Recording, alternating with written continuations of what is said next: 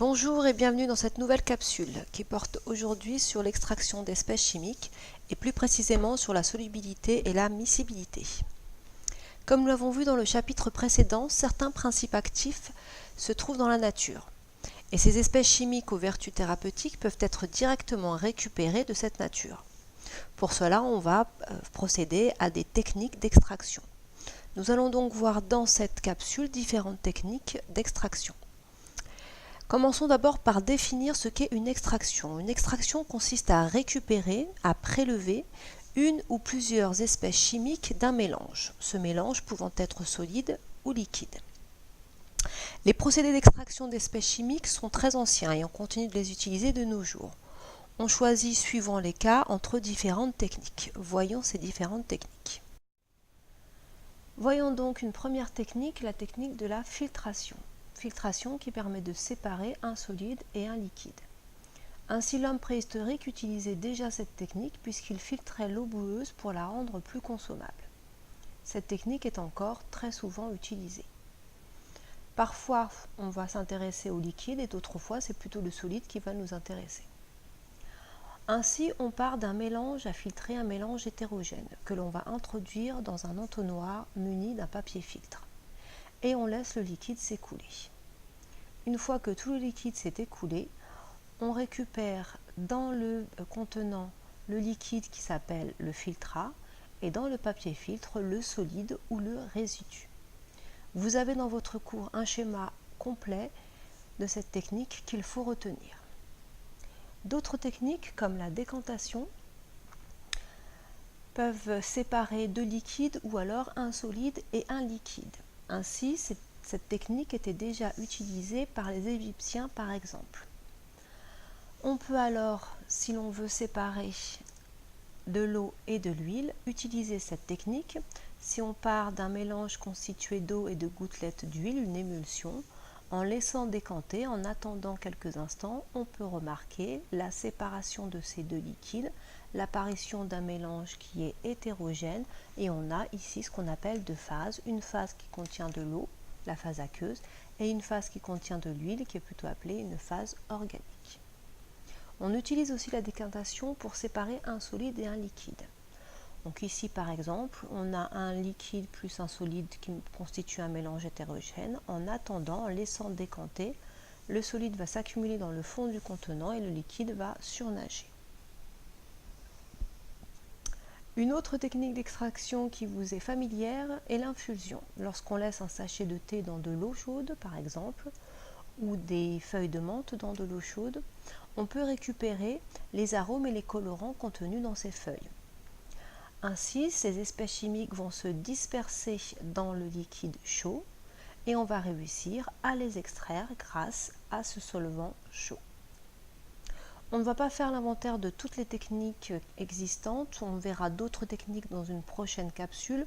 On va tout de même finir avec la dernière technique, une dernière technique qui est la distillation que l'on développera un peu plus dans une autre capsule qu'on utilise très souvent pour extraire des huiles essentielles ou extraire de l'alcool.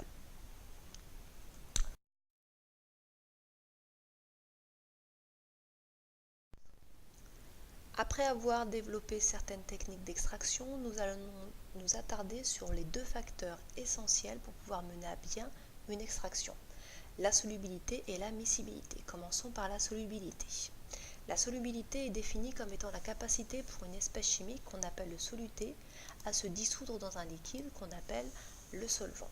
Ce liquide peut être de l'eau, c'est-à-dire qu'il sera aqueux, ou alors il sera organique et dans ce cas-là, ça peut être de l'huile par exemple. Prenons un exemple d'expérience que vous avez tous fait, qui est de dissoudre du sucre dans l'eau. Dans ce cas-là, le sucre est le soluté et l'eau est le solvant. On ajoute du sucre dans l'eau, on agite et on obtient un mélange uniforme. On dit que la solution ou que le mélange est homogène. Le sucre et l'eau sont liés. Mais est-ce qu'on peut ajouter du sucre indéfiniment ? Reprenons notre expérience avec notre solution homogène de départ et continuons d'ajouter du solide. On se rend compte, après agitation, qu'au bout d'un moment, il reste du solide dans le fond du contenant. Dans ce cas, la solution n'est plus homogène, la solution est saturée. On n'arrive plus à dissoudre de solide dans notre solvant.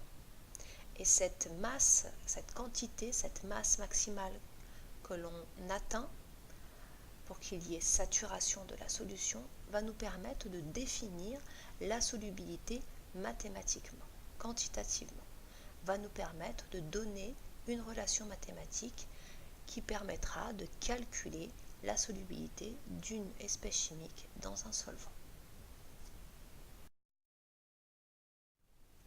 Ainsi, à partir de cette masse maximale, on va pouvoir définir quantitativement la solubilité d'une espèce chimique qui va correspondre à la masse maximale de cette espèce chimique que l'on peut dissoudre dans un litre de solvant avant d'atteindre la saturation. Cette solubilité va se noter petit s et elle va s'exprimer en grammes par litre.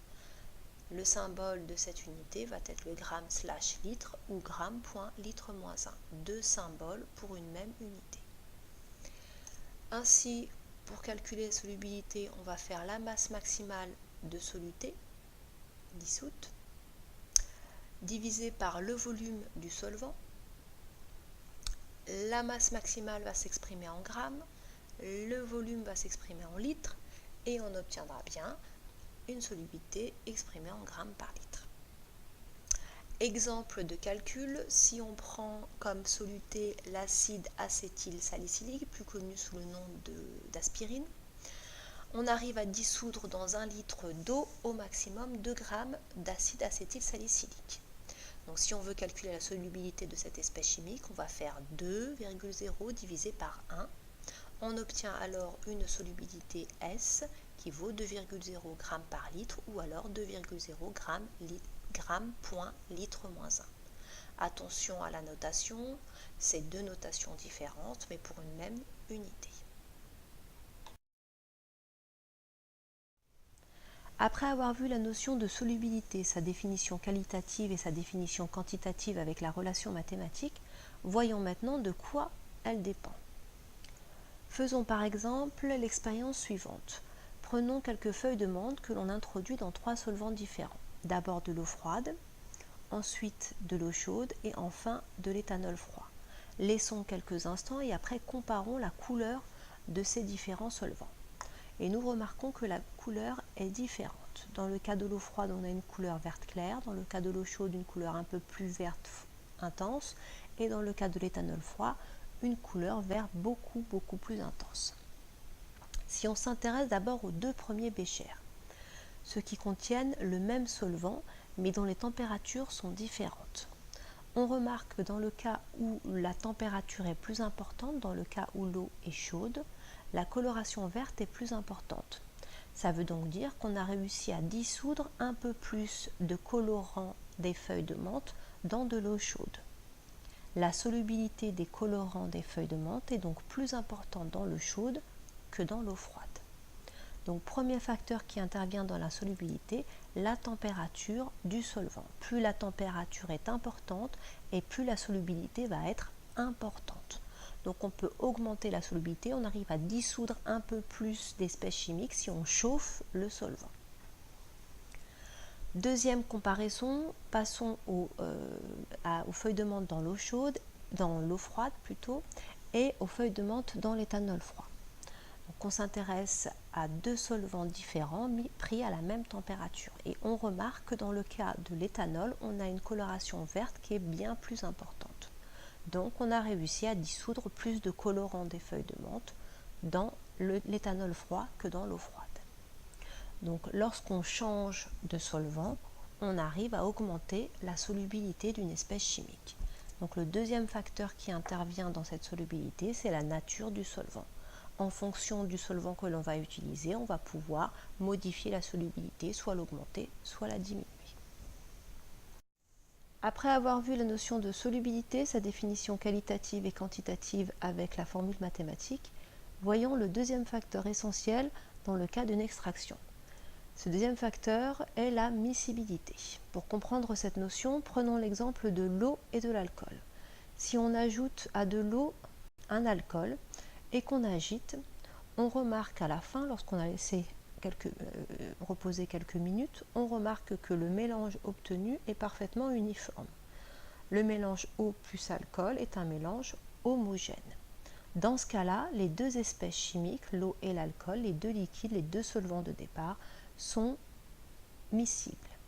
Ainsi, on définit deux liquides miscibles s'ils forment, lorsqu'on les mélange, un mélange homogène. Autrement dit, s'ils forment une seule phase. Contrairement à de l'huile et de l'eau, lorsqu'on ajoute de l'huile à de l'eau, qu'on agite, on obtient une émulsion, c'est-à-dire des gouttelettes d'huile dans de l'eau. Lorsqu'on laisse quelques minutes décanter, reposer, on remarque qu'on obtient un mélange hétérogène, c'est-à-dire un mélange constitué de deux phases, deux parties, de l'eau en bas et de l'huile au-dessus. Les deux espèces chimiques ne se sont pas mélangées. Dans ce cas-là, on dit que les deux liquides sont non miscibles. Ils vont être non miscibles s'ils forment, lorsqu'on les mélange, un mélange hétérogène, ou autrement dit, lorsqu'ils forment plusieurs phases. Voilà, cette capsule est maintenant terminée. Vous pouvez la revisualiser pour pouvoir compléter votre cours ou revoir certaines notions. Quant à nous, on se retrouve en classe. À bientôt.